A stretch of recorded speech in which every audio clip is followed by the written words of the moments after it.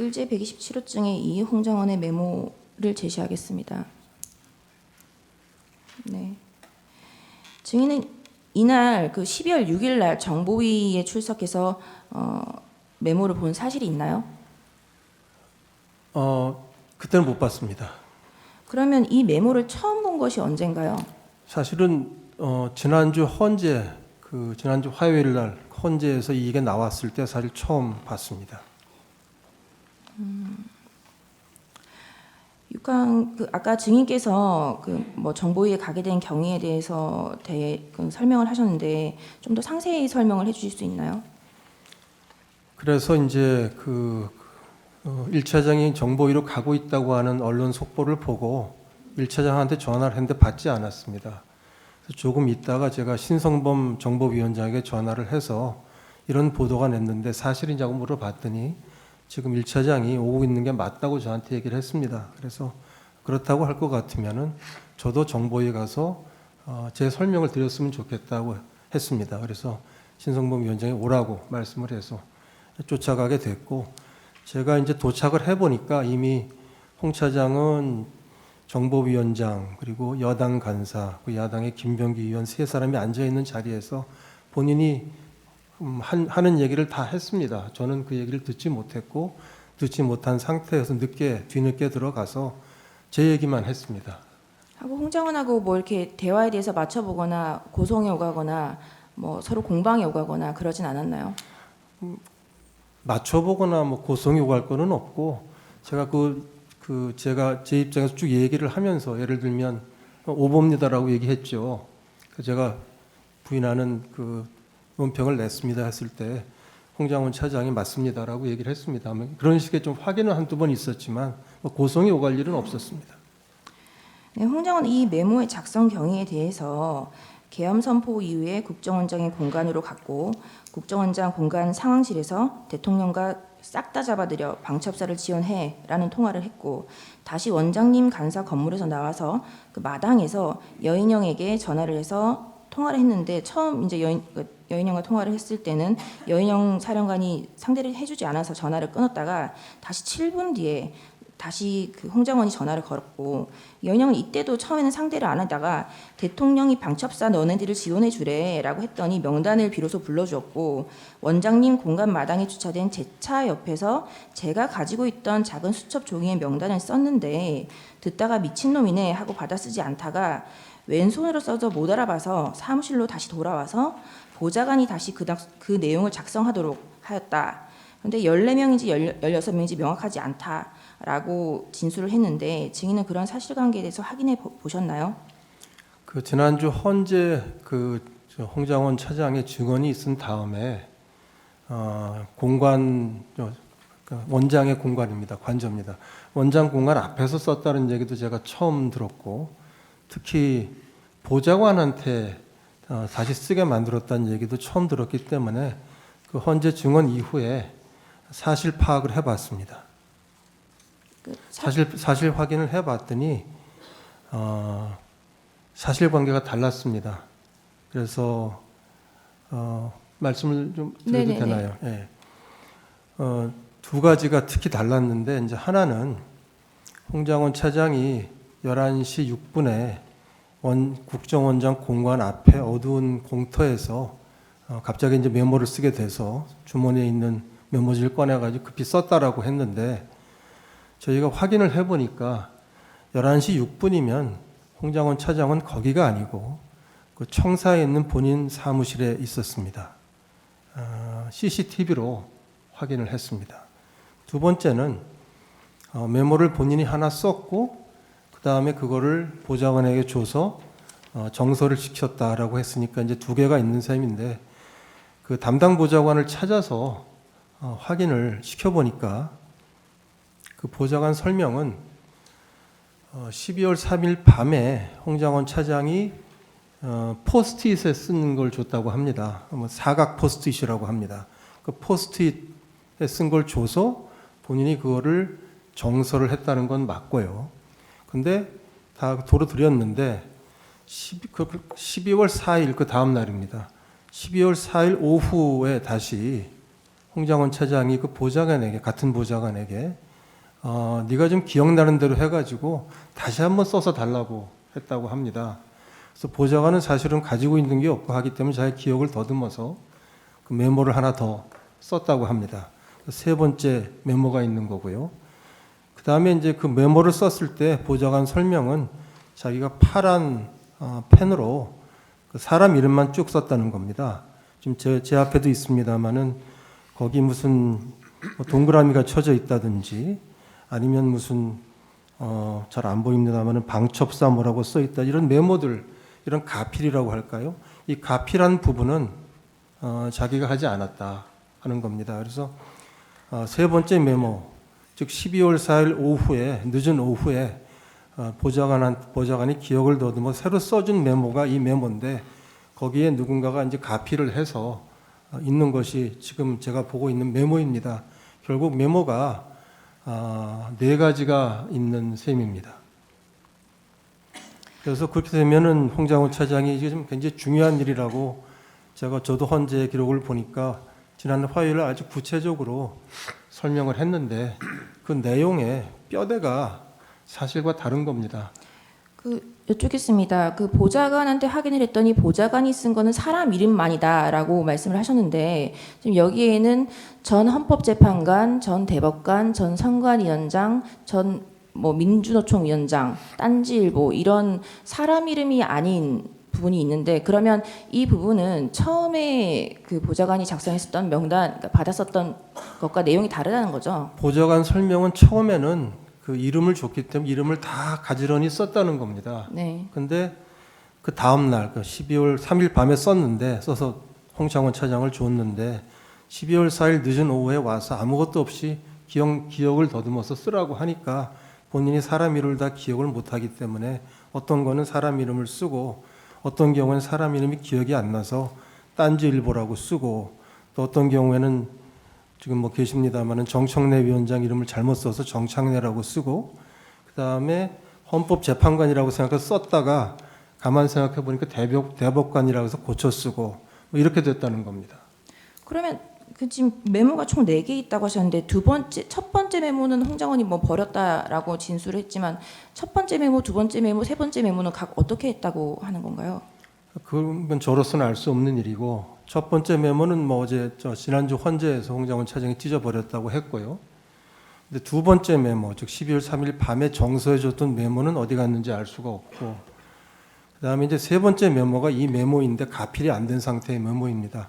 그것이 이거 하나인지 아니면 가필한 상태의 메모가 하나 또 있는 건지에 대해서는 정확히 알기 어려운데 어쨌든 제가 파악을 해보니까 메모가 4가지 종류의 메모가 있었다라고 말씀드릴 수 있습니다. 그러니까 세 번째 메모까지는 보좌관이 작성했던 세 번째 메모까지는 이런 전 헌법재판관, 전 대법관, 전 선관위원장 이런 직급이 있는 메모가 아니라 사람 이름만 있는 보좌관이 작성한 메모고 지금 이 메모는 직급이 등장하는 이 메모는 네 번째 메모라는 거 아닙니다. 사람 이름을 가지런히 쓴 메모는 두 번째 메모이고 그거는 보좌관은 안 가지고 있으니까 지금 저도 없습니다. 지금 저희가 보고 있는 메모가 세 번째 메모입니다. 그냥 기억을 더듬어서 새로 써보라고 해서 갑자기 말씀을 해서 자기가 썼는데 사람 이름을 기억할 수가 없기 때문에 이렇게 직함으로 쓴 경우들이 있다는 거고 근데 여기다가 이제 누군가가 가필을 해서 이렇게 썼지 않습니까? 이런 내용은 보좌관이 자기가 쓰지 않았으니까 가필이 된 메모가 이제 하나가 더 원장님, 저 윤갑근 변호사입니다. 잠깐 한 가지만 여쭤보겠습니다. 파란색이 이제 보좌관이 쓴 메모 아니겠습니까? 그렇습니다. 근데 나중에 이제 가필된 걸 네 번째 메모라고 말씀하시는 건데, 이 세 번째 파란색으로 보좌관이 작성을 할 때 기억을 더듬어서 썼다는 말씀을 하셨습니다.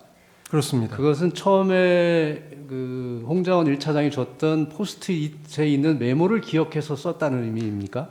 그렇습니다. 그 자기가 경험한 것이 아니고 포스트잇을 본 그 기억을 더듬어서 쓰다 보니까 사람 이름도 기억 안 나고 해서 이렇게 저런 직급을 썼다는 말씀을 하시는 거죠? 예, 포스트잇을 받아서 예. 본인이 이제 한번 정서를 했던 두 번째 메모가 있으니까 한번 예. 정서를 했죠. 예. 그 기억을 더듬어서 즉 자기가 만들어낸 게 아니고 받은 예. 걸 가지고 썼다는 겁니다. 홍장원 1차장의 보좌관은 몇 명인가요? 한 네다섯 명 됩니다. 아직도 전부 다 그 계엄 당시에 있었던 보좌관들이 전부 다 재직을 하고 있는 건가요? 네, 국정원에 재직하고 있습니다. 그 아까 보좌관한테 확인했다는 그 확인을 언제 하신 건가요? 12월 4일 날 헌재 증언을 보고 제가 확인을 해달라고 요청을 했고, 제가 이제 오늘 이렇게 헌재에 나와야 되니까 준비 차원에서 그 준비를 담당하는 부서에 확인을 요청을 했고, 이렇게 이제 지금 말씀드리는 내용을 다 이렇게 정리한 거는 아마 한 그저께쯤, 그러니까 월요일이나 화요일 날 정리가 됐던 것 같습니다. 어,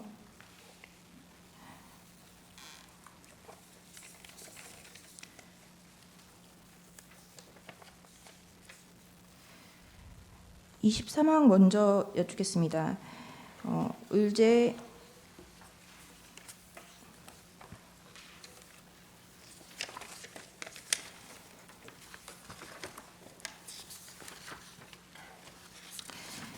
의제 164호 중에 9 내지 10을 제시하겠습니다.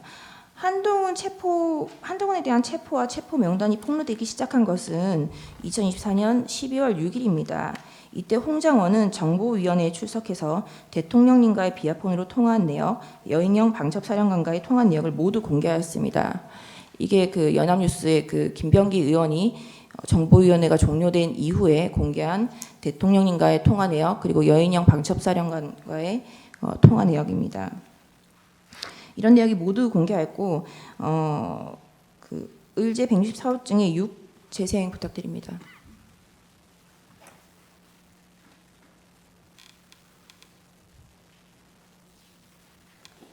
명단을 갖다 불러줬다고 합니다. 명단을 불러드리겠습니다. 그 체포 대통령인데 이분 홍 차장이 기억하는 순서입니다. 이재명, 우원식, 한동훈, 김민석, 박찬대, 정청래, 조국, 김어준, 김명수 전 대법관, 김윤웅, 참고적으로 김민석 저희 최고위원이 형님으로 알고 있습니다. 권순일, 그리고 권순일 전 선관위위원과 또 한 명의 선관위위원을 불러주었는데 기억을 못한다고 합니다. 여기까지 듣고 그대로 워딩 그대로 말씀드리겠습니다. 미친 X로구나 그거 생각하고 그 다음부터는 메모를 하지 않았다고 합니다. 그래서 제일 마지막에 노총인지 민주노총, 그러니까 한국노총인지 민주노총인지는 잘 모르겠는데 노총위원장 한 명은 기억이 난다고 합니다. 이게 지금 6일날 김병기 의원이 정보위가 끝나고 나서 그 기자한테 브리핑한 내용인데요. 증인의 말씀에 의하면 이 메모가 이미 그 4일과 5일 뭐 그때 작성되어 있었던 메모라고 되는 그 보좌관이 그렇게 진술했다라고 하는 것 같은데, 지금 대통령과의 통화 내역도 공개하고 여인영과의 통화 내역도 모두 다 공개했는데 이 메모가 그때 존재했다면 이 메모가 그때 공개되지 않을 리 없거든요. 그런데 지금 김병기 의원의 그 워딩은 기억하고 있는 순서입니다라고 말만 하고 있어요. 메모를 전혀 제시하고 있지 못합니다. 증인이 보좌관한테 확인한 사실관계가 거짓말일 수도 있는 거죠. 저는 우리 담당 부서에 해당 보좌관을 찾아서 확인을 하도록 했고, 그 결과를 보고를 받아서 지금 말씀드리고 있습니다. 거기에 대해서 판단을 하기는 좀 어려운 점이 있습니다. 당시 대통령에 대해서 탄핵 소추가 지금 한창 이슈가 되고 있었고, 이런 메모가 있었다면 그 당시 바로 공개되지 않을 리 없는 메모인데, 이 메모가 그 세간에 공개된 것은 2024년 12월 11일 경입니다. 의제 165호 중에 3 재생해 주십시오.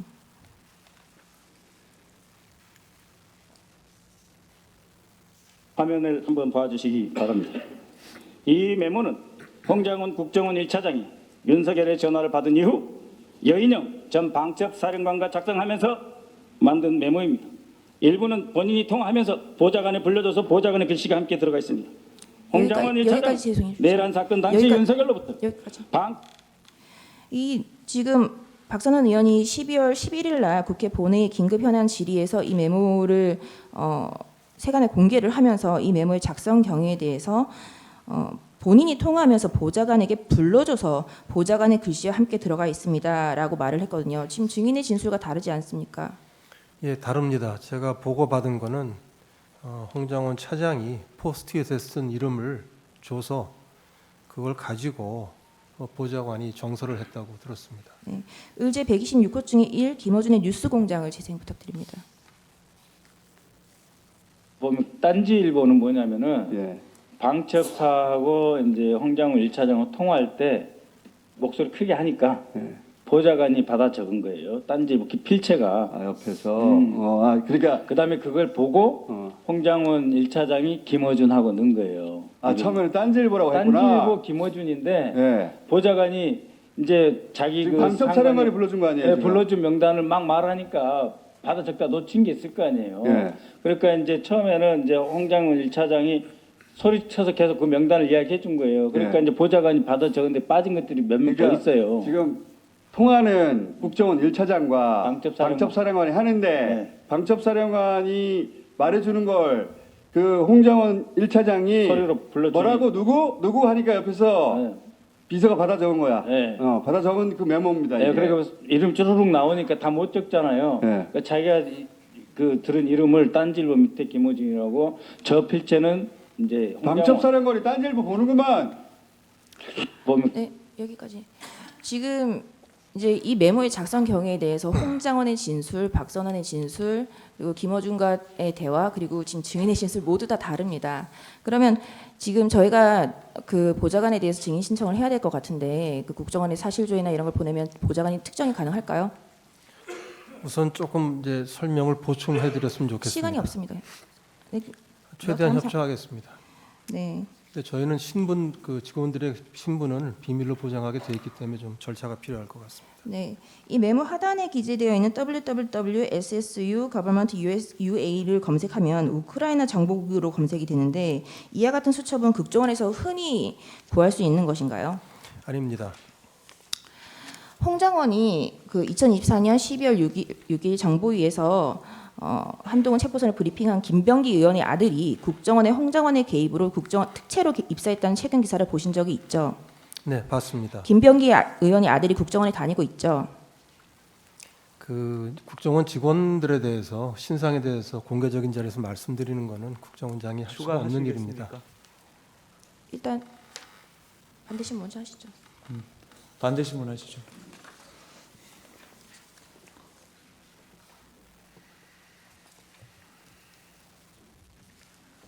증인, 먼저 주신문에서 나온 내용에 관해서 몇 가지 좀 여쭤보겠습니다. 아까 그 홍장원 차장이 인사청탁을 했다는 얘기가 정보위원회에서 나왔다 이런 말씀하셨잖아요. 네, 근데 그 이후에 그 인사청탁이 실제로 있었는지 뭐 조사되거나 뭐 확인된 사실은 없죠. 네, 제가 조사하지는 않았습니다. 예. 그다음에 아까 그 홍장원 차장이 12월 4일에 이제 증인에게 이재명 대표에게 전화하는 것이 어떠냐 이런 제안을 했었고 그 다음 날 그렇게 말한 이유에 관해서 이제 여야 소통이 필요하다 이런 상황에 대해서는 증인에게 설명을 했었다는 것이죠. 아니요, 신문 기사를 하나 제 앞에 놓고 정무직 회의 때 5명이 앉는 회의인데 신문 기사를 가지고 가서 제 앞에다 놓고 어제 말씀드렸던 게 이런 뜻이었습니다라고 했습니다. 예. 그리고 그 증인이 12월 6일 정보위원회 참석을 하셨잖아요. 네, 거기서 이제 그 증인이 발언을 하셨다고 하셨는데 증인의 발언을 여당 간사와 야당 간사가 모두 이렇게 기록을 했었죠. 그렇습니다. 그 이후에 이제 김병기 의원이 브리핑을 했는데 증인의 발언이 그대로 브리핑이 되었습니까? 네, 뭐 전부 다는 아니지만 제가 얘기했던 내용을 가지고 했습니다. 예. 그 12월 6일 10시에 홍장원 차장에 대한 이임식이 있었죠. 그건 제가 몰랐습니다. 당시에는. 있긴 네. 그런 사실은 있었죠. 나중에 들었습니다. 예. 그리고 증인은 12월 5일 오후에 그 홍장원 차장으로부터 사직서를 받았다고 하셨죠. 그렇습니다. 그리고 12월 5일 오후에 이제 피청구인 대통령으로부터 승인도 받으셨죠. 12월 5일 오후에 사직서를 받고 네. 그날 혹시 인사가 연결될지 몰라서 송별 저녁을 하자고 약속을 했다가 네. 제가 하루 미뤘습니다. 그런데 이제 6일에 이임식 홍장원 차장에 대한 이임식이 있고 그다음에 이제 그 전날 사직서도 받으셨고요. 그다음에 12월 6일 정보위원회에 참석을 하셨는데 그때 그 홍장원 차장의 이제 사직에 대해서는 지금 보류 상태다, 펜딩 상태다 이런 말씀을 했다고 진술을 하셨죠. 그건 제가 잘 기억이 안 납니다. 저는 이제 건의를 한 거고, 그다음에 이제 인사권자인 대통령께서 결재를 해야지 완결이 되는 것이고, 또 경우에 따라 대통령께서 결재를 안 하고 마음을 바꾸실 수도 있으니까 저는 건의를 했지만 인사 상태는 뭐 그런 점에서 보면 펜딩이지만 인사가 중단됐다고 하지 않았습니다. 그 홍장원 차장 입장에서는 본인이 그 전날 12월 5일에 사직서 쓰고 증인이 이제 대통령으로부터 승인도 받았고 그다음 12월 6일 날 임시까지 한 상태에서 그다음에 증인이 홍장원 차장에게 아직 사직서가 보류 상태다, 펜딩 상태다 이런 말을 들었다면 사직서가 아직 수리가 되지 않았다고 인식할 수 있는 거 아닌가요? 반려됐다 이런 식으로. 인사 절차가 생각보다 좀 더 늦어진다고 제가 얘기했습니다. 그리고 이임식 하시는데 그 이임식이 무슨 원장에 참석하는 그런 대강당의 이임식이 아닙니다. 나중에 들어보니까 그 담당하는 1차장 산하에 있는 부서장들에게 회의에서 얘기를 했다고 저는 그렇게 들었습니다. 그 시기라고 하는 것이 제가 알 수가 있는 상황이 아닌 거죠. 예, 알겠습니다. 그 아까 메모 얘기가 많이 나왔는데요. 그 메모를 제시하겠습니다.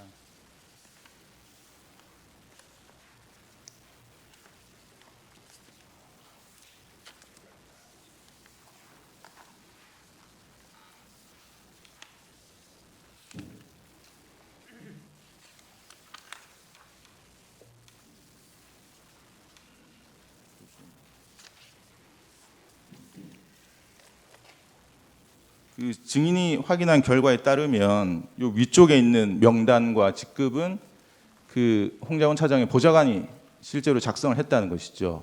그렇습니다. 12월 3일에 홍장원 차장으로부터 포스트잇 메모에 적힌 이제 명단이 적힌 메모를 받았고 그걸 한번 정사를 했었고 그 다음 날 다시 홍장원 차장의 요청에 따라서 자신이 정사한 그 이름을 다음 날 바로 기억에 따라서 더듬어서 했다고 이름과 합니다. 직책을 직접 썼다는 것이죠. 그렇습니다. 예. 메모 보신 김에 이게 그러면 이 버전이 증인이 말하신 네 번째 메모라는 거죠? 그 용어는 뭐 나중에 좀 정리를 해주시면 감사하겠습니다만은 아니 아까 세 번째, 네 번째 본인이 세 그렇게 번째 특정을 메모에 하셨으니까. 가필이 된 메모입니다. 그러니까요. 제가 네 지금- 번째라고 표현했습니다. 네, 이게 지금 그 세 번째 가필됐다는 그 버전 아닙니까? 그렇습니다. 그죠? 그 보좌관 상대로 조사를 하실 때 명단만 적었다 그랬고 그 명단이 몇 명인지 저기에 누가 누락된 건지 원래 포스트잇에는 몇 명이 적혀 있었는지 그 부분도 확인을 하셨습니까? 그거는 보좌관이 기억을 잘 못해서 거의 다 적은 거로 생각하지만 제가 잘 알 수가 없습니다. 여쭤보는 게 위에 지금 14명이 있고 16명이었다가 지우고 이러는 적이 있는데 지금 이름 적혀 있는 사람은 14명이 안 돼요. 12명밖에 안 되거든요. 그러니까 본인이 다 기억을 못했을 수 있겠습니다. 그러니까 보좌관이 원래 포스트잇 했던 걸 한번 정서했다는 그 두 번째 버전 네, 거기에는 몇 명을 적었는지 기억나십니까? 그건 확인해 그거는 보셨어요? 확인을 했습니다만은 그건 나중에 서면으로 제출할 수도 있겠습니다. 제 기억엔 14명으로 생각되는데 그럼 14명은 네, 그때는 기억- 다 적었다는 거네요? 네, 그때는 다 적었는데 이제 이거는 그 세 다음 번째 날. 메모는 그냥 기억을 더듬어서 쓰라고 했기 때문에 본인이 이렇게밖에 못 썼다는 얘기입니다. 그런 거죠. 예, 예 일단 거기까지 확인하겠습니다. 예, 준비된 신문상대로 질문을 하겠습니다. 먼저 그 증인은 2024년 12월 18일 경찰과 12월 19일 검찰 조사에서 모두 변호인 입회하에 조사를 받고 증인이 진술한 대로 기재되어 있는지 확인하고 서명 날인하셨죠. 네, 모두 사실대로 진술하셨나요? 그렇습니다. 예. 3항 4항은 생략하겠습니다. 그 5항부터 11항까지도 일단 넘어가겠습니다. 12항입니다. 증인은 매주 1회 정도 피청구인에게 정보 보고를 한 것으로 보이는데 증인은 보통 몇 분 정도 보고를 하셨습니까? 그거는 뭐 경우에 따라 다릅니다만은 아주 간단히 할 때는 30분에 끝나는 경우도 있으나 1시간을 넘어가는 경우도 있습니다. 예. 그 갑제 44호 중에 3, 그 증인의 12월 18일자 경찰 피신 조서 33쪽을 제시하겠습니다. 여기 보시면 증인은 경찰 조사에서 이렇게 진술하셨어요. 그 대통령께서는 1, 2, 3차장의 업무를 구체적으로 알지 못한다고 생각합니다. 이렇게 진술을 하셨죠. 맞습니다. 예. 그 증인의 진술에 따르면 그 피청구인은 국정원 제1, 2, 3차장의 업무 분장을 정확히 모르기 때문에 그 홍장원 1차장에게도 뭐 해외 파트뿐만 아니라 다른 파트의 업무 지시도 할 수 있는 것이죠. 좀 설명을 해도 되겠습니까? 아니요. 그냥 그 간단히 말씀해 주시면 감사합니다. 제 생각을 얘기한 겁니다. 근데 나중에 가만 생각해 보니까 대통령께서 수사 검사를 오래 했습니다. 오래 하셨으니까 사실은 그 수사를 맡고 있는 2차장 업무라든지 이거는 어쩌면 저보다도 많이 알 수가 있는데 저는 그냥 제가 보고하는 처지에서 이 아이템은 어느 차장 담당이고 이 아이템은 어느 차장 담당이고 이건 모르실 거라고 생각하고 잘 모르실 거라고 대답했습니다. 예, 알겠습니다. 그 증인 보고하실 때 그 각 업무의 담당 차장이 누구인지 이렇게 세세하게 보고한 것은 아니시죠? 네, 그렇습니다. 예, 나머지 생략하고요. 10사항도 생략하겠습니다. 15항입니다. 그 증인은 피청구인이 대통령이 된 이후에 홍장원 제1차장을 술자리에 여러 번 불러서 술을 마신 사실을 알고 계신가요? 모릅니다. 모르시나요? 증인은 피청구인과 술자리를 자주 했었나요? 제가 안보실장 때는 술자리는 아니고 저녁은 많이 했습니다만 예. 국정원장의 경우는 그렇게 많지 않았습니다. 예, 알겠습니다. 16항입니다. 그 국정원 조직이 방척사보다 정보를 수집하는 인원적인 측면과 자금적인 측면에서 규모가 더 크다고 할 수 있습니까? 방첩사보다요. 예. 그럴 겁니다. 예. 계엄 상황이 되면 방첩사를 중심으로 합동수사본부가 차려지죠. 그렇습니다. 그리고 경찰, 검찰, 국정원 등이 방첩사를 지원하는 구조가 되는데 알고 계시죠? 예. 그 증인은 12월 3일 계엄 당일 23시 30분경에 국정원 정무직 회의에서도 이 차장으로부터 이런 내용의 보고를 받으셨죠. 그렇습니다. 그 증인은 방첩사가 비상계엄 당시에 정치인과 언론인을 체포하려고 했다는 내용을 그 당시에 들으신 적 있으신가요? 없습니다. 그 비상계엄 이후에는 들으신 적 있으신가요? 혹시 비상- 언론 계엄- 보도나 이런 거는 보셨나요? 12월 6일 날 처음 언론 보도에서 봤죠. 예. 그 증인은 비상계엄이 선포되었을 당시에 매우 긴박한 상황이었던 것은 기억하시죠? 그렇습니다. 그 증인은 비상계엄 당일에 피청구인 대통령으로부터 간첩 수사를 방첩사가 잘할 수 있게 도와주라는 말을 들으신 적 있으신가요? 제가 직접 그렇게 구체적으로 말씀을 듣지는 못했습니다. 그 어떤 말씀을 들으셨나요? 제가 국무회의를 갔습니다. 예. 가서 쭉 그 자리에 앉아 있었는데 대통령께서 이제 비상계엄의 필요성 그리고 목적에 대해서 말씀을 하시는 걸 쭉 들었고 그리고 이제 그 비상계엄 발표를 하고 다시 돌아와서 잠깐 우리랑 다 같이 있었는데 그때 각 부처에서 맡은 분야에 대해서 일을 좀 잘해라 정도 그렇게 말씀하셨던 것 같습니다. 그래서 국정원장 이제 증인에게는 어떤 업무를 하라고 지시하셨습니까? 저한테 따로 말씀하신 건 없고 예. 전체적으로 말씀하셨습니다. 그냥 각 부처 업무를 제가 잘 하라 따로 이런 무슨 식이었나요? 대통령께 말씀을 듣지는 않았습니다. 예, 알겠습니다. 나머지 생략하고요. 18항입니다. 증인은 12월 3일 비상계엄이 선포되는 사실을 언제 처음 아셨습니까? 그 대통령실에 도착해서 대통령하고 있는 다른 분들 계실 때 들어가서 처음 들었습니다. 예, 19항입니다. 그 증인은 평소 개인 휴대전화 그리고 대통령 경호실에서 지급한 대통령과 통화할 수 있는 보안폰 그리고 국정원 전용 통신 비화폰 국정원에서 지급한 일반폰 등 총 4대 휴대전화를 사용하셨죠. 그렇습니다. 그 증인은 평소 피청구인과 통화할 때 대통령 경호실에서 지급한 보안폰을 사용하셨습니까? 네, 대체로 그렇습니다. 그 해외 출장을 갈 때는 어떤 휴대전화를 가지고 가시나요? 해외 출장을 갈 때도 보안폰과 비화폰을 가져가는데 네. 지역에 따라서는 가져가지 않도록 되어 있는 데도 있습니다. 예. 그 보안폰이 해외에서도 동작을 하나요? 합니다. 예, 다항은 생략하고요. 그 증인이 가지고 계셨던 보안폰이 국내에서도 사용할 수 있고 해외에서도 동작하는 보안폰이었습니까? 네, 가능합니다. 예. 그 증인은 12월 3일 20시 밤 8시경에 피청구인으로부터 보안폰으로 전화를 받으셨죠. 예, 그렇습니다. 보안폰에 대통령님이라고 이렇게 발신자가 표시되었습니다. 네, 번호는 안 뜨고 그렇게 이제 예. 예, 그렇게 직함이 뜹니다. 그 갑제 44호증의 3 그 증인의 경찰 피신 조서 12쪽과 13쪽을 제시하겠습니다.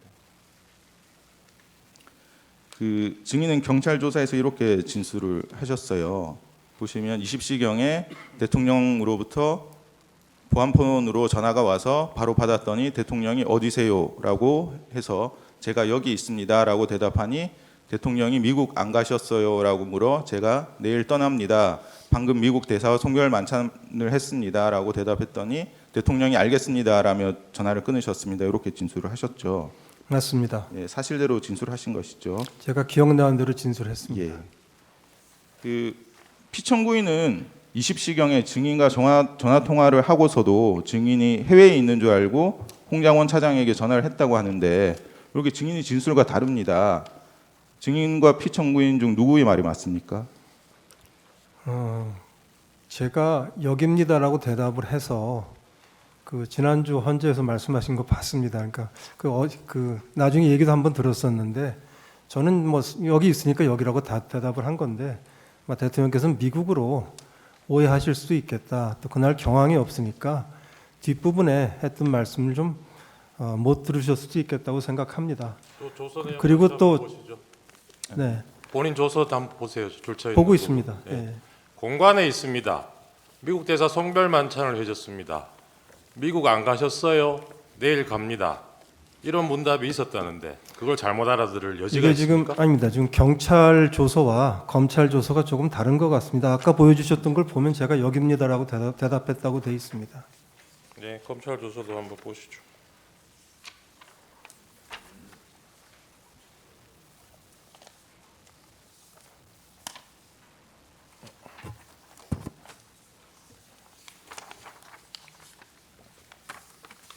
경찰 조사받은 날하고 검찰 조사받은 날하고 하루 차이 아니었어요?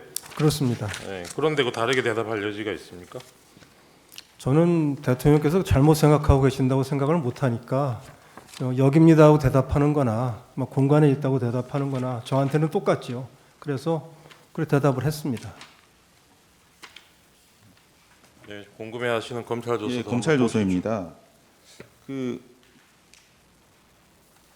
검찰 조사에도 그 증인이 20시경에 만찬 자리가 끝나고 이제 전화를 받았고 공간에 있습니다라는 말씀을 하셨고 대통령이 미국 안 가셨어요.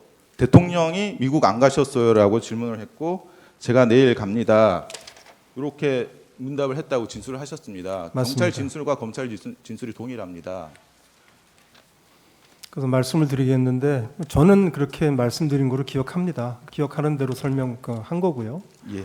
근데 이제 그날은 경황이 없는 날들 아니겠습니까? 그 대통령께서 그냥 여기다, 그러니까 미국에 그냥 있구나라고 생각하시면 뒷부분을 주의 깊게 안 들으셨을 수도 있다라는 그런 생각도 생각이신 해봤습니다. 거고요. 제 생각입니다. 분명히, 예, 미국에 안 갔다라는 말을 분명히 하셨다는 말씀이시죠? 그러니까 제 기억은 그렇습니다. 예, 그리고 알겠습니다. 조금 있다가 국무회의에서 만나지 않습니까? 예. 그 뒤에 5분 뒤에 강희구 부속실장이 전화가 오죠. 네, 지금 그렇게. 들어오라고. 네, 그렇습니다. 근데 대통령이 5분 전에 통화할 때는 증인이 미국에 있는 줄 알고 전화를 끊었다면 5분 뒤에 강희구 부속실장이 증인한테 전화해서 들어오라고 한 그건 어떻게 설명이 가능하죠? 제가 뭐 설명을 다 할 수는 없는데 언론 보도를 보니까 대통령께서 모든 장관들 직접 전화하셨더라고요. 네. 근데 저한테는 통화를 하셨는데 들어오라 말씀 안 하셨어요. 네. 그리고 부속실장이 연락을 한 걸 보니까 뭐 조금 갭이 있지 않았나 생각이 드는데 왜 그러냐 하면 국정원장의 해외 방문은 갔다 온 다음에도 보안을 지켜서 비밀로 남습니다. 제가 대통령님 외에는 누구한테도 미국으로 출장한다는 얘기를 보고 드린 바가 없습니다. 그 갭이라는 게 그러면 부속실장이 잘못 알았을 수도 있죠. 부속실장은 잘못 알은 게 아니고 이게 제대로 한 거죠. 증인이 국내에 있는 줄 알고 했고. 그건 제 말꼬리 잡으시는 것 같습니다. 아니요. 대통령은 지금 증인이 국내에 없는 줄 알고 전화 끊었다는 거 저는 아닙니까? 제 기억대로 이렇게 설명을 드려 여깁니다 하고 얘기하고 네. 뭐 미국 내일 간다는 말씀 드린 거로 기억하는 거고. 근데 대통령께서 장관들을 다 불러들이시는데 바로 통화를 하셨는데 저한테 들어오라는 말씀을 안 하셨거든요. 네. 그리고 다 부속실에서 연락이 와서 제가 들어간 걸 보니 제가 생각을 해보니까 뭐 설명이 이렇게 나오는 겁니다. 저로서는 정말 알기가 좀 어렵습니다만. 예, 알겠습니다. 예, 21항까지 생략하고요. 22항입니다. 그 증인은 12월 3일 20시 50분 경에 대통령실에 도착을 해서 5층 대통령 집무실 옆에 붙어 있는 대접견실에 도착을 하셨죠. 네, 도착하니까 조태열 외교부 장관도 계셨죠. 네, 그래서 증인이 이제 21시 경에 조태열 장관과 함께 대통령 집무실에 들어가셨을 때 그 당시에 이제 한덕수 국무총리, 국방부 장관, 법무부 장관, 행안부 장관, 통일부 장관 이 원탁 형태의 탁자에 앉아 있었죠. 그렇습니다. 그 국가안보실장은 증인이 도착하고 약 1시간 정도 지나서 왔습니까? 국가안보실장하고 비서실장이 그 대접견실로 한참 있다가 예. 왔습니다. 그 피청구인은 2월 4일 심판정에서 증인과 국가안보실장이 20시 30분경에 함께 왔다라고 말씀을 하셨는데 사실이 아니네요. 제가요? 아니요. 피청구인 대통령께서 예. 그렇게 말씀하셨는데 그날은 예. 제 기억에는 확실합니다. 제가 도착했고 외교부 장관은 저하고 가까운 사람이니까 같이 보고 둘이 같이 예, 집무실로 알겠습니다. 들어갔습니다. 23항입니다. 그 원탁 테이블에 A4 종이 같은 것이 놓여 있었습니까? 못 봤습니다. 없었습니다. 그 이상민 장관은 지난번에 나와서 원탁 테이블에 A4 서류들이 놓여 있었고 그 서류에 소방청장에게 단전 단수를 지시하는 내용이 있었다고 증언을 하셨는데 원탁에서 제가 종이 못 봤습니다. 못 보셨습니까? 네. 예, 알겠습니다. 그 조태열 외교부 장관은 피청구인으로부터 A4 종이를 받았다고 하시고 그리고 해외 공간이라는 내용이 기재되어 있었다고 하셨고요. 최상목 장관도 A4 종이를 받았다고 하셨는데 그 증인은 뭐 집무실이나 대접견실에서 피청구인 또는 김용현 장관으로부터 비상계엄 관련 문건을 받으신 건 없으신가요? 없습니다. 예. 그 비상계엄 선포문도 받거나 보지 못하셨습니까? 못 봤습니다. 25항입니다. 그러면 증인은 집무실 또는 대접견실에서 김용현 장관이 비상계엄 선포문 등의 서류를 다른 사람들에게 나눠주는 것을 보셨습니까? 보지 못했습니다. 예. 그 증인은 경찰 조사에서도 대통령이 증인에게 계엄 관련 문서를 건네준 것이 없고 계엄에 관해 구두로 지시한 것이 없다라고 진술을 하셨는데 사실 맞습니까? 네, 그 피청구인은 2025년 2월 4일 심판정에서 또 이렇게 말씀하셨어요. 국정원장인 증인에게 국정원의 계엄 사무에 관해 다 얘기했다라고 말씀을 하셨습니다. 그런데 증인은 피청구인으로부터 계엄 상황에 대해서 아무런 지시도 못 받았다고 하는데 이건 또 누구의 말이 맞습니까? 그래서 제가 아까 설명드린 것처럼 계엄 발표를 하고 다시 돌아오셔서 국무위원들 저까지 포함해서 같이 잠깐 계셨는데 그때 이제 그 각 부처가 이제 가서 맡은 일을 좀 열심히 하고 잘 하자는 말씀, 그 정도 취지의 말씀은 있었던 거로 좀 기억이 되고요. 어느 부처에 대해서는 구체적으로 말씀하신 것도 있다고 제가 언론에서 봤습니다만 저는 그건 없었고 전체적인 말씀을 하신 게 있습니다. 여기 워딩 그대로 한번 보시죠. 이미 관련된 문제는 원장하고 다 얘기를 했기 때문에 이렇게 말씀을 하셨어요. 네, 그날 밤에 1대1로 대통령하고 얘기한 게 없습니다. 예, 알겠습니다. 그 증인은 국무위원은 아니시죠? 그렇습니다. 그 피청구인 초기에 이제 증인을 포함한 7명을 직접 이제 부르셨습니다. 그 피청구인이 증인에게 지시할 것도 없는데 왜 불렀다고 생각하십니까? 비상계엄을 하게 되면 북한 상황, 안보 상황을 봐야 되니까 부르셨을 거라고 저는 생각을 했습니다. 알겠습니다. 27항 생략하고요. 28항입니다. 그 증인의 수사기관에서 대통령 집무실이나 대접견실에서 박안수 육군참모총장이 계엄사령관으로 임명된다는 말을 들은 적이 없고 계엄사령관 임명에 대한 국무회의 심의가 없었다고 진술을 하셨죠. 우선 박안수 이렇게 계엄사령관은 진술을 하셨죠.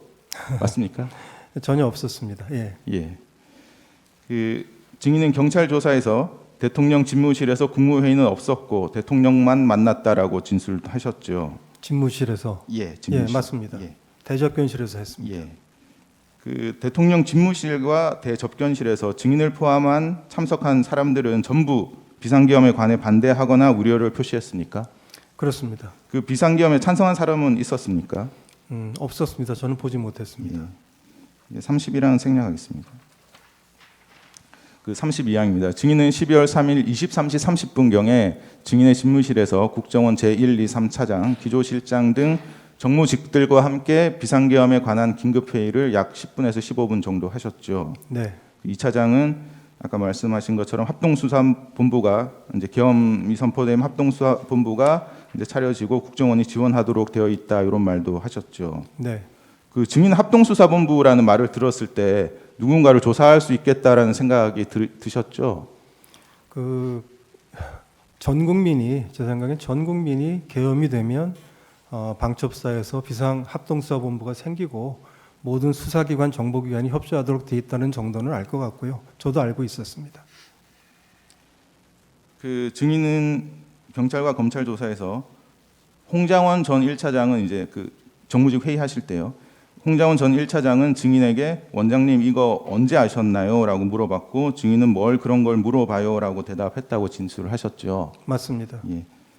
그 만약 증인이 비상계엄 사실을 사전에 몰랐다면 저도 몰랐습니다. 비상계엄 직전에 알았습니다라고 대답하면 되는데 언제 알았는지 대답하지 않고 물어보지 말라는 식으로 대답한 이유가 뭔가요?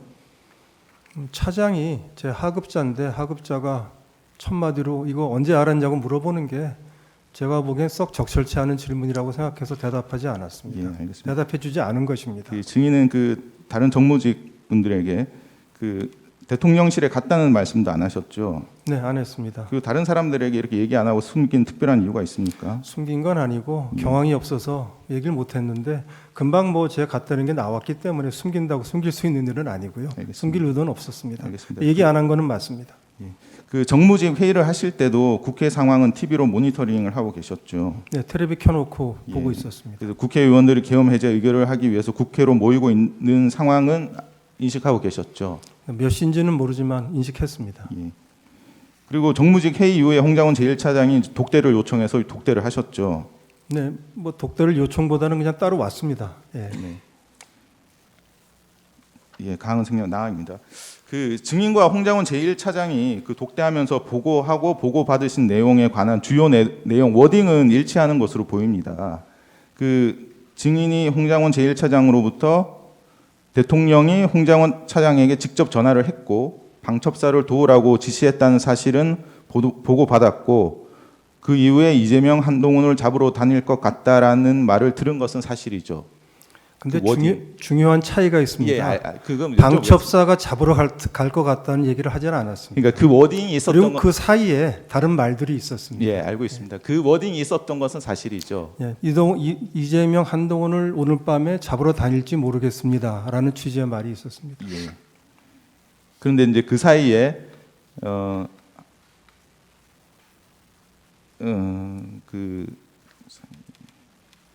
그 사이에 이제 홍장원 차장이 증인에게 뭐 회의할 때부터 원장님 안색을 살폈는데 뭐 생각이 많으신 것 같다. 추가 지침하실 거 없으신가요? 이렇게 물어보고 증인은 이제 내일 아침에 얘기하자고 하시고 그 다음에 이제 한동훈 이재명을 잡으러 다닐 것 같다 이런 말을 했다는 것이죠. 그 정부직 회의 때 제가 차장들한테 쭉 물어보니까 이 차장이 얘기한 것 말고는 사실은 아직 준비들이 안 돼 있어서 우리 기조실장 같은 경우에는 법령이나 매뉴얼을 찾아봐야 될 것 같습니다라고 얘기를 해서 그러면 각 부서에서 비상계엄 하에 국정원이 하도록 되어 있는 일이 뭔지를 좀 파악을 해가지고 내일 아침에 다시 모여서 회의를 하자고 했습니다. 예, 그 똑같은 얘기를 예.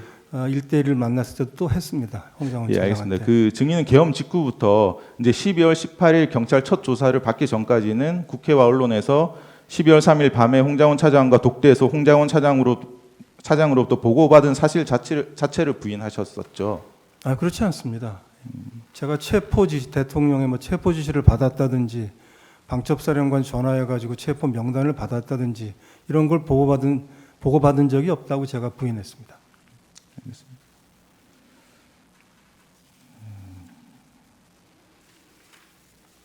그 증인은 이제 홍장원 차장이 독대하면서 찾아와서 이제 그 정무집 회의에서 공개적으로 말하지 않고 이제 독대를 했다면 이제 보안이 유지되어야 하고 중요한 일일 것이라는 생각이 들었을 것 같은데 증인은 그런 생각 안 들었습니까? 따로 찾아왔길래 의아하게 생각을 했고 거기다 남의 안색 걱정까지 해줘서 정말 의아하다고 생각을 했고요. 그리고 차장이 원장한테 그렇게 보고하면 안 됩니다. 만일에 홍 차장 하는 말이 맞다면 이렇게 보고했어야 됩니다. 대통령께 전화를 받았다. 대통령께 어떤 지시를 받았다. 그래서 방첩사령관하고 전화를 해봤더니 이런 명단을 예. 불러주면서 위치 추적을 요청을 받았다. 원장님 이거 어떻게 했으면 좋겠습니까? 알겠습니다. 그렇게 얘기하지 않았습니다. 그 증인은 이제 대통령으로부터 계엄 관련 지시를 받지 않으셨다고 하셨지 않습니까? 네.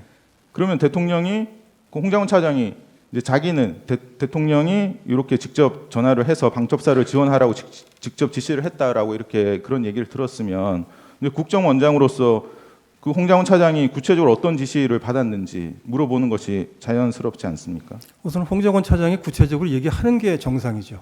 그리고 방첩사를 지원하라고 하는 말씀은 제가 안보실장 때부터 대통령께서 참 여러 차례 들었습니다. 왜냐하면 방첩사가 굉장히 해편되고 축소됐다가 다시 복원되는 과정이기 때문에 방첩사를 좀 관심을 가지고 제 기능을 할 수 있게 복원시켜야 된다. 이 얘기를 제가 사실은 안보실장 할 때도 뭐 제 기억에는 몇 번을 들었기 때문에 새삼스럽게 느껴지지 않았습니다. 근데 이제- 잠시만요. 그게 이날 이 보고받았다는 시점이 이제 계엄 선포되고 1시간 남짓 지난 시점이에요. 증인은 대통령실에 가서 비천구인을 보고 온 사람이고, 그런데 그런 증인한테 차장이 대통령이 전화로 지시를 받았다라고 얘기하는데 그 지시 내용이 안 궁금했다는 얘기입니까? 우선 첫째는 제가 보고 왔는데 차장한테 전화를 주셨다니까 제가 무슨 말씀을 하시려고 전화를 주셨나 궁금하게 그러니까요. 생각했습니다. 그게 당연하죠. 근데 뭐 방첩사를 지원하라고 했다고 하니까 제가 늘 듣던 얘기라 그런 말씀하시려고 전화를 하셨나라고 생각했습니다. 그러면 그 증인 말로는 그리고 그거하고- 사실 전화를 언제 했다는 얘기도 안 했습니다. 그러니까 저는 그 다른 앞에 방첩사 지원하라는 얘기하고 뒤에 이재명 한동훈 잡으러 가기를 했다는 얘기하고 이 다른 맥락으로 이해를 하셨다는 건데, 제 입장에서 들으면 그 두 개를 연결할 수가 없고 그런 일이 그러니까 생길 거라고 그 생각할 수가 없습니다. 시점에라도 이재명 한동훈 이름 나왔을 때도 이게 앞에 맥락이 같은 맥락인지 대통령 지시에 그게 포함되는 건지 그 당연히 확인하셨어야 될 것 같은데 그거 어떻게 제가 보기엔 넘어가죠? 당연히 보고를 했으면 알아들었을 텐데 이렇게 얘기했습니다. 앞에다가 대통령 전화를 받았다. 그래서 뭐 방첩사를 도와주라고 했다. 그다음에 조금 있다가 뜸을 들이고 근데 안색을 쭉 살폈는데 좀 뭔가 추가 지침을 좀 주셔야 될 게 뭐 있느냐. 또 뭐 없다고 하고 우리 이미 얘기한 대로 내일 아침 다시 얘기하자고 하니까 또 한참 네, 있다가 알겠습니다. 그런데 이재명 한동훈 잡으러 다닐지 모르겠습니다. 오늘 밤에 이렇게 얘기를 하니까 저는 어떻게 보면 밖에서 생각할 수 있는 좀 뜬구름 같은 얘기를 지금 한다고 느꼈습니다. 네, 알겠습니다. 제가 알아듣게 예. 보고를 해줬으면 참 좋았을 거라고 나머지 생각합니다. 생각하고 16조의 다항입니다. 그 증인은 12월 3일 22시 55분부터 57분경 사이에 피청구인과 보안폰으로 통화를 하셨죠. 뭐 다시 한번 말씀. 22시 50, 그 11시 직전. 예, 맞습니다. 직전에 그 피청구인하고 전화 한번 예. 했습니다. 예. 그 이제 홍장훈 차장은 그 직전 22시 53분에 통화를 했습니다. 피청구인하고 그때 이제 피청구인으로부터 다 잡아들이라는 지시를 이제 받았는데 그 직후에 증인과 통화를 했으면 증인도 동일한 지시 받았던 거 아닌가요? 아닙니다. 받지 않았습니다. 저 어떻게 하시겠습니까? 예, 하고 예. 나중에 하겠습니다. 재주시문 하십시오. 네, 윤갑근 변호사입니다. 몇 가지만 여쭤보겠습니다.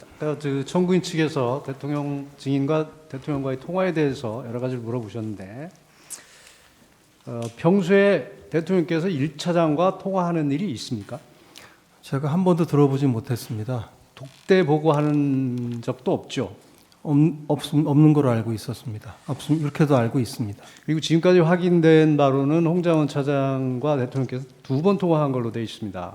첫 번째 통화는 원장께서 미국에 계신 줄 알고 이제 통화를 하셨고, 2차 통화는 이제 격려차 통화를 하셨다는 것이고, 홍장원 1차장의 주장은 그때 무슨 지시를 받았다고 합니다.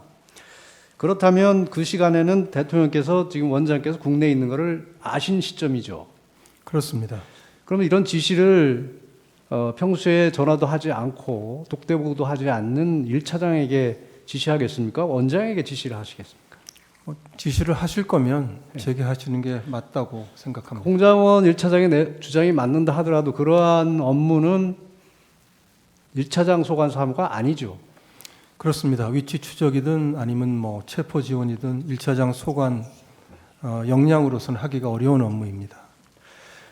대통령께서는 옛날에 댓글 사건을 포함해서 국정원 관련 수사를 많이 했기 때문에 국정 업무 체계를 좀 훤히 꿰뚫고 계십니다. 그런 분께서 소관 부서도 아닌데다가 직접 무슨 계엄 사무 관련 지시를 할 리는 없겠죠. 그래서 제가 보기에 저보다도 많이 아실 수도 있겠다고 생각을 나중에 했습니다. 그리고 아까 증언하신 부분 중에서 23시 06분에 홍장원 1차장의 위치는 분명히 집무실에 있는 것이 확인된 것이죠. 네, 그렇습니다. 근데 홍장원 1차장은 그 당시에 원장님 공관 앞 주차장에서 전화를 했고 메모를 했다고 증언을 했습니다. 그렇다면 이것은 명백히 메모 작성 경위에 대해서 허위 증언, 사실과 다른 거짓말을 하는 것이 틀림없겠네요. 네, 거짓이라고 생각합니다. 그리고 이제 12월 3일 밤에 2차 정서를 했던 것이고요. 그 다음에 다시 12월 5일 날 재작성을 했다고 말씀을 하셨습니다. 아닙니다. 그 12월 3일 밤에 1차 정서를 했고 예. 그다음에 12월 4일 그 다음 날 아침 늦은 오후에 12월 4일 늦은 오후에 새로 작성을 했다고 했습니다. 근데 왜 새로 작성했는지는 확인하셨습니까? 그건 뭐 보좌관도 이유를 모르고 저도 아무리 생각해봐도 잘 모르겠습니다. 2차 정서한 메모를 주지 않고 다시 작성하라고 지시를 했기 때문에 기억에 의존했다는 것이죠. 그렇습니다. 그러면 아무래도 직접 듣고 포스트잇을 보고 한 거와 기억에 의존하는 것은 차이가 있을 수밖에 없겠습니다. 예, 그럴 거라고 생각합니다. 아까 김병기 의원의 브리핑에는 박창대 의원의 이름이 없습니다. 근데 이 메모에는 박찬대 의원의 이름이 있습니다. 그런 과정에서 기억이 잘못됐거나 아니면 이게 조작됐거나 추가로 다른 의도로 끼워 넣거나 이런 생각이 드는데 어떻게 생각하십니까? 그 홍장원 차장의 그 메모 그리고 홍장원 차장의 증언에 대해서 증언의 신뢰성에 대해서 저는 강한 의문을 가집니다. 이 가필이 이루어졌다고 했는데 가필이 이루어진 것은 12월 4일 오후에 2차 메모가 작성됐고 그 이후에 이제 가필이 이루어진 것으로 보입니다. 그렇다면 그 가필의 밑에 부분에 보면 사실과 전혀 다른 내용들이 있습니다. 1차, 2차 축차 검거라든지 방첩사의 구금이라든지 이런 것은 그 시간에는 전혀 발생하지 않은 일들이거나 방첩사에 구금 시설이 없다는 이런 객관적 사실과도 명백히 배치되는 것들입니다. 그 이후에 나온 다른 사람들의 진술이나 어떤 보도를 보고 허위로 기재한 것이 아닌가 하는 의심이 드는데 어떻게 생각하십니까? 저로서는 판단을 내리기 어렵습니다. 한 두세 가지만 여쭙겠습니다.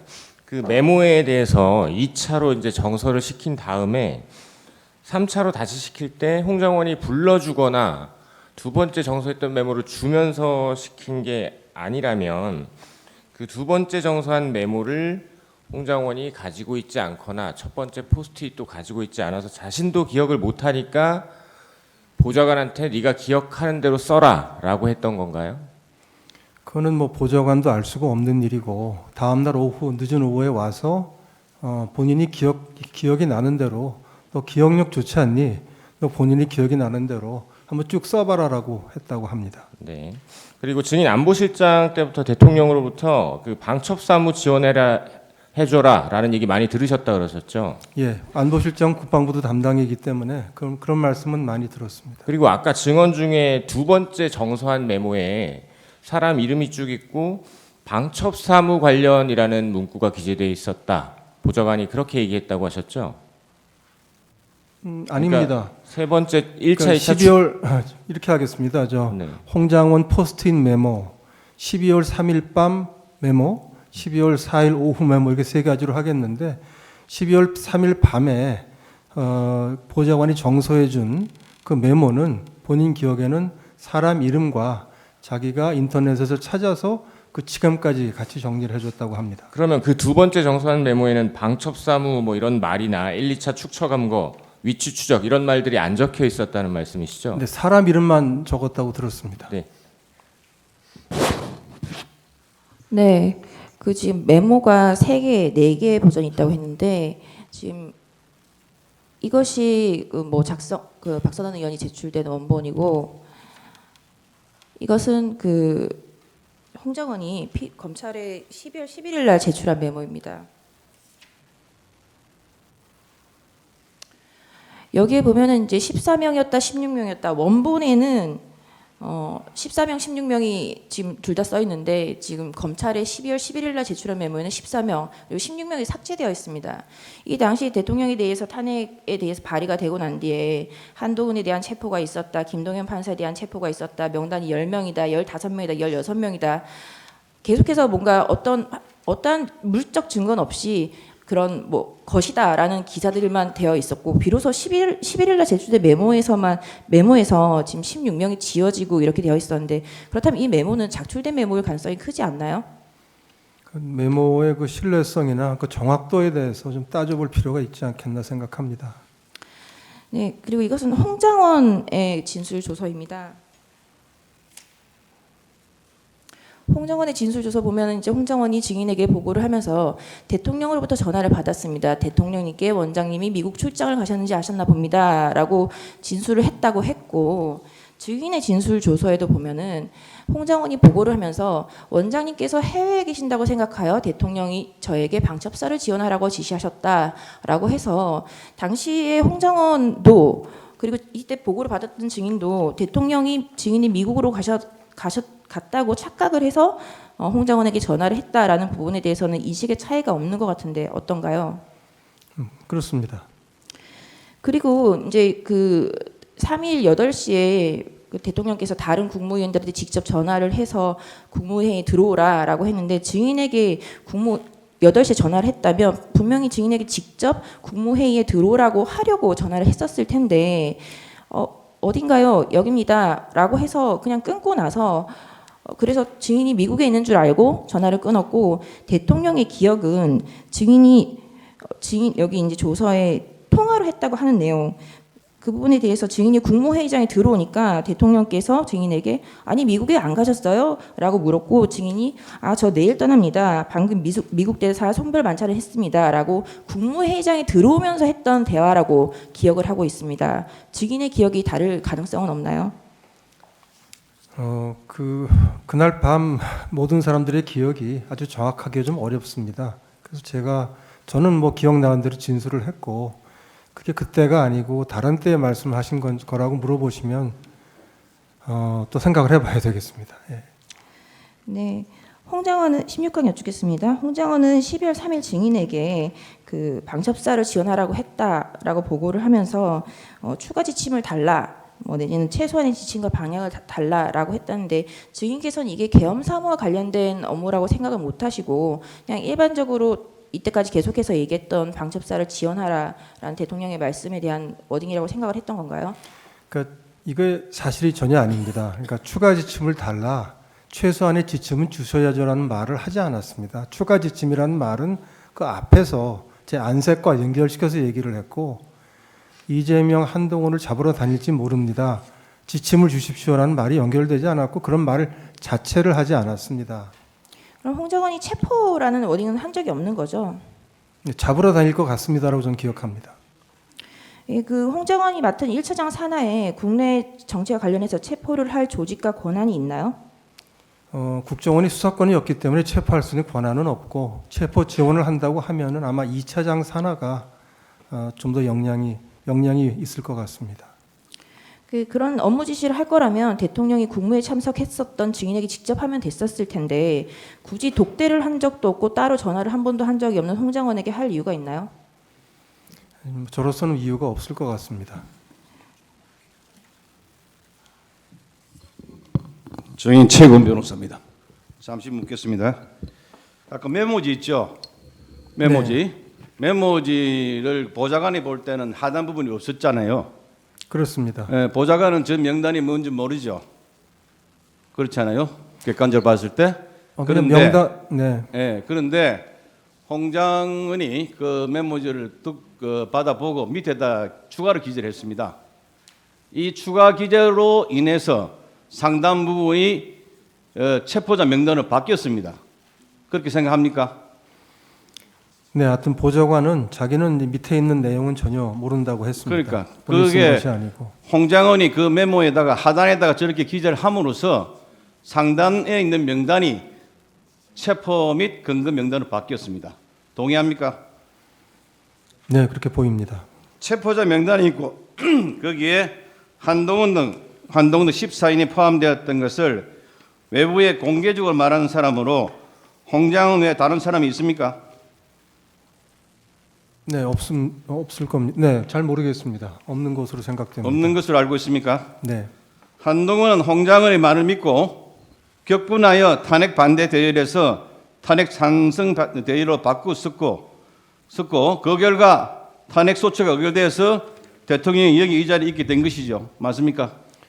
그건 제가 알 수 있는 사항은 아닙니다. 객관적으로 보면 그렇습니까?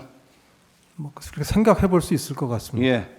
홍장은은 정치 중립을 지키지 않았다는 이유로 윤석열 대통령에 의해서 해임되었는 바 윤석열 대통령이 대통령직을 유지하는 한 홍장은이 국정원에 복귀하거나 다른 공적인 자리를 차지한다는 것은 불가능한 것이죠. 네, 아주 어렵다고 생각합니다. 윤석열 대통령이 탄핵되고 야당 대표 등이 대통령이 되어야 홍장은 자신이 살 수 있게 되는 것이죠. 그리고 뭐 팩트로 말씀드릴 수는 없지만은 그렇게 생각할 그러므로 수 있겠습니다. 홍장은은 위와 같이 협의의 말을 만들어내어 대통령을 탄핵 소추에 이르도록 하였다 할 것인데 정의는 이에 대해서 동의를 합니까? 제가 모르는 팩트들이 많이 섞여 있어서 뭐 동의한다, 동의하지 않는다고 말씀드리는 건 맞지 않을 것 같습니다. 네, 재판장님 이 부분에 대해서는 피청구인 본인이 누구보다 잘하는 부분이라 한두 가지만 직접 여쭙게 해주십시오. 적어 주십시오. 지금 시간이 가고 있습니다. 그 시간 드리겠습니다. 멈춰 주십시오. 시간 중단해 주십시오. 적어 가지고 대리인한테 주십시오. 적어서 할 문제가 아니라 제가 좀 본인이 직접 물을 수는 없게 돼 있습니까? 규정상? 그러려면 저희들 그럼 평의를 규정 다시 해야 근거가 됩니다. 규정의 근거가 뭔지 저희들 평의 결과가 그렇기 때문에 그걸 법적 바꾸려면 근거를 들어주십시오. 법적 근거는 소송 지휘권 행사입니다. 알겠습니다. 법에 보면 피고인의 퇴정한 상태에서 정인신문할 수가 있고 청구인 측이 그걸 요청했습니다. 저희들이 평의를 종합해 본 결과 그거는 불공정한 재판이 될 우려가 있기 때문에 피고인은 제정하시되 다만 피청구인의 지위가 국정 최고 책임자이기 때문에 그 산하에 있는 정인들에게는 영향력을 행사할 수 있다. 그래서 직접 신문보다는 대리인을 통해서 하는 게 좋겠다라고 저희들이 만장일치로 의결한 거고 그걸 바꾸시기를 원한다면 저희들이 나가서 다시 논의해 보겠습니다. 잘 알겠습니다, 재판장. 네, 감사합니다. 하시겠습니까? 예, 계속 묻겠습니다. 시간 하십시오. 예, 시간에 간단히 묻겠습니다. 정의인 간단하게 대답해 주시기 바라겠습니다. 정의는 계엄 당일 대통령실에 갔을 때 대통령이 정의인한테 이재명 등 이재명 한동훈 정치인 13명을 싹 잡아들이라고 말한 사실이 있습니까? 전혀 없습니다. 국정원에 수사권이 없는데 대통령이 국정원장이 정인에게 정치인 13명을 싹 잡아들이라고 말한다는 것은 있을 수 없는 일이지요. 네, 상식적이지 않습니다. 이는 마치 대통령이 수사권 없는 소방관에게 조직 폭력배들 싹 잡아들이라, 마약 사범들 싹 잡아들이라고 말하는 것과 같은 것으로 정말 말도 안 되는 것이죠. 그렇습니다. 대통령은 검찰총장까지 지내신 분인데 수사권 유무를 혼동하여 이러한 지시를 한다는 것은 참으로 말이 되지 않는 것이지요. 그럴 리 없다고 생각합니다. 정치인 13명을 잡아들이려면 무슨 혐의가 있어야 잡아들일 수 있는 것이지 혐의도 없이 무조건 잡아들일 수가 없는 것이지요. 네, 그날 밤 대통령이 정인에게 국정원에 대공수사권을 줄 테니까 무슨 방첩사를 지원하라고 말한 사실이 있습니까? 전혀 없습니다. 국정원에 대공수사권이 주어지기 위해서는 국회가 법률로 가능토록 해야 하는 것이지 대통령이 대공수사권을 준다고 하여 줄 수 있는 것이 아니지요. 네, 이렇게 말도 안 되는 사항을 대통령이 정인에게 말할 수 없는 것으로 대통령이 이러한 사항을 국정원 1차장이 홍장원에게 말한다는 것도 있을 수 없는 것이죠. 예, 좀 생각하기 어렵습니다. 2024년 12월 3일 23시 30분경에 국정원장 집무실에서 국정원 정거지 5인이 긴급회의를 하였는데 그때는 홍장원과 대통령, 홍장원 여인의 간의 통화 모두 끝난 상태였습니다. 만에 하나 대통령이 홍장원과의 두 번째 통화에서 대통령이 홍장원에게 뭐 잡아들이라 했다 뭐 했다 이런 이야기를 했다고 한다면 홍장원은 당연히 이 정거지 5인 긴급회의에서 이 중요한 사항을 말해야 하는 것이죠. 네, 원장한테 보고했었어야 합니다. 그리고 이러한 사항은 국정원장이 정인이 국내에 있는 것으로 대통령이 파간 상태에서는 대통령이 홍장원에게 말할 사항이 아니라 국정원장이 정인에게 직접 말할 사항이죠. 그렇습니다. 정의는 12월 3일 방첩사령관 여인영으로부터 이 14명의 정치인과 관련하여 체포해 달라고 하거나 체포에 협조해 달라는 부탁을 받은 바 있습니까? 연락한 바도 없습니다. 명단을 받은 사실이 있습니까? 없습니다. 마지막으로 하나만 더 묻겠습니다. 1차 탄핵 소추안에 보면 이렇게 되어 있습니다. 국회에 진입한 경우는 우원식 국회의장, 이재명 더불어민주당 대표, 한동훈 국민의힘 대표에 대한 체포와 구금을 시대한 것으로 확인되었다. 이 정도만 되어 있는데요. 탄핵 소추안 12월 12일자 2차 탄핵 소추안에는 국회의원, 정치인, 그리고 언론인 등의 불법 체포를 시도하였다. 피소추안은 국회의장, 국회의원 등 정치인, 전 대법원장 및 전 대법관 등 법조인, 방송인, 시민사회 인사 등에 대한 체포를 지시하였다. 개헌부는 체포된 인사 등을 수감할 장소를 물색하였고 법무부는 교정본부 소속의 동부구치소에 체포된 정치인과 언론인 등을 수감하기 위하여 장소를 마련하려고 하였다라고 하면서 바뀌어 기재되었습니다.